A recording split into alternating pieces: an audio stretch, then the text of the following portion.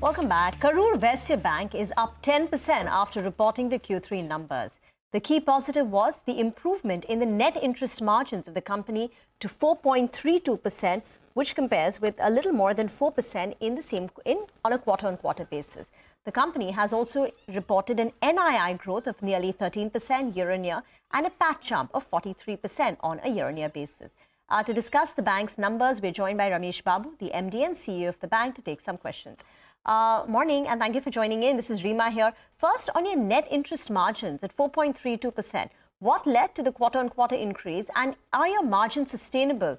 Because when we look at the internals, your deposit growth is lagging the loan growth. Your CASA has also come down on a quarter-on-quarter basis. So there is some concern that, your NIMs might come under pressure going ahead on account of deposit mobilization. Good morning, Reema. First of all, thanks for the good words. So it's really a great quarter because for the last 13 quarters, consecutively, if you look at it, on three parameters like our business growth, asset quality and profitability, more or less we are on track as per our guidance. And this quarter is also a great quarter. So though there are few one-off items are there, even if we exclude them, the quarter is as per the trajectory what we have been doing it. Now coming to the NIM, if you are mentioning it, there is one sort of an NPA account where we have got a recovery. So out of that, the interest what we have got also has been added to the interest income. Out of 4.23, if I exclude this, the NIM, the interest what all I have got from the NPA, even then the NIM will be around 4.13. So coming to the deposit side, what you said, it is not really a concern. It's not only for the bank, whole industry is like that, because you know that the tendency of the people now is to shift the money towards the time deposits, because how long the rates are going to be at this rate are not known. Suppose if we discourage our people not to shift their CASA into time deposits, there is every possibility that the deposit account may go to some other bank. In the process, they may lose the total relationship altogether. That is the reason we are also encouraging our staff to encourage our customers to shift that.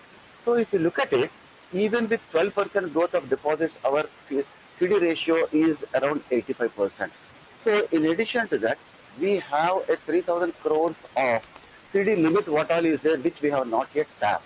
So that way, if there is no issue of having NIMs, that is the reason we have been cautiously guiding on the NIM also.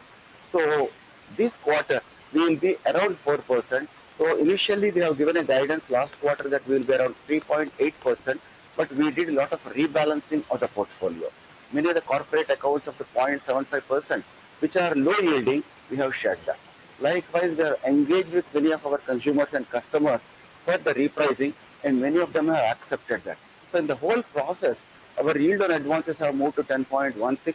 I'm not saying it's going to stay at that level because some one-off item is also there. But overall, we feel that the 4% NIM is doable for this quarter. Okay, 4% NIM is doable for with respect to the net interest margin. So I also want to ask you about the loan growth because, coming on where you really saw that from, is this from that high-yielding unsecured segment? And if you could just break that up for us a little bit.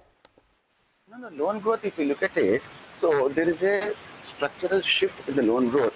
In 2020, if you look at it, our RAM segment used to be 73%. Now it has moved to 80%. So progressively, the business model what we had, so we have been changing it, and it's granularized portfolio now. If you look at all three segments, commercial also grew at 20% year on year if you look at it, and retail segment 21% and agriculture at 19%.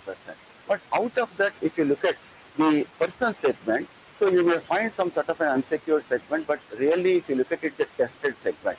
We have an arrangement for the Amazon BNPL, which has been going on for the last 3 years, where the cohort loss is around 1.02 and we have an FLDG of 5% there. So here, the same process what we have been following for 3 years, we have been following now, and during this quarter we have of Diwali and Dashera. So the spike is there on account of that. It may not last long, the spike what we had in the unsecured loans, but to some extent it may be compensated through the Republic Day sale. But whatever it is, it gets normalized in due course. It should not be a cause of concern as far as unsecured is concerned under the retail segment. Coming to the commercial, majority of the portfolio is granularized. So the commercial portfolio, the average ticket size is around 40 lakhs, and 99% is backed by collateral. So that way we need not worry. Agriculture is concerned, 90% of the collateral is backed by the gold loans. So entire jewelry is there, and 67% is our LTV. So that way we have sufficient cushion there also. That way, if I look at the RAM segment, majority is covered by collateral. Even if here and there slippages are there, it's a matter of time we will be able to recover by disposing the collateral. Okay. Out of time, Mr. Babu, thank you very much for joining in, and all the very best for the coming Thank you quarter. very much.